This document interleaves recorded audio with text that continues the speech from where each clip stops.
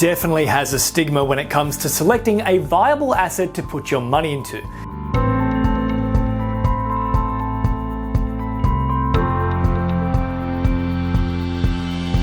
Unlike property in the share market, it's considered as somewhat of a rogue option, a wild card that's akin to putting your money into a roulette table, closing your eyes and then simply hoping for the best. At this point, is Bitcoin really a bad option though when it comes to serious long-term investing? In May 2021, legendary investor Warren Buffett criticised Bitcoin for having no unique value. As recently as last week, Chinese authorities made their most definitive restrictions on Bitcoin and associated cryptocurrencies so far, banning exchanges, mining facilities, and any trading or purchasing of digital assets whatsoever.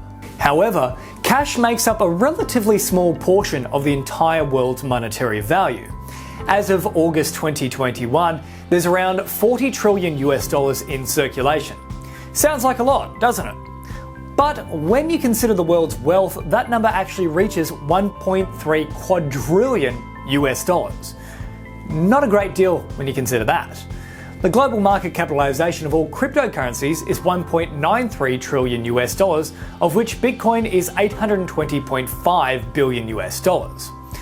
What about traditional investments? Inflation is one of the greatest enemies of cash, which sits idle.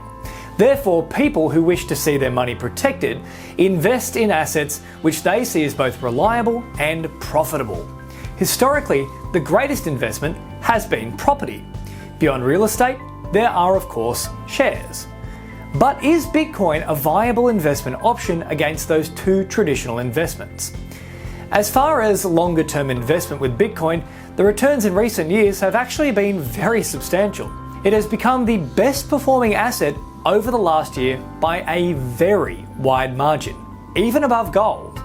With that said, it's no mystery why people still shy away from Bitcoin as a viable investment option. It's unequivocally the most volatile of all the assets.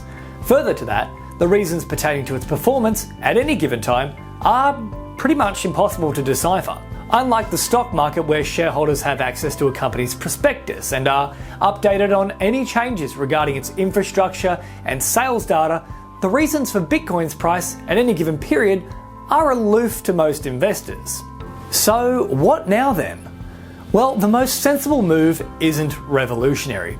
Investors should diversify their portfolio. How much the percentage of an investor's portfolio should be assigned to Bitcoin is up for debate though. Most financial experts who are pro-Bitcoin advise up to 5%. Some say only 1%.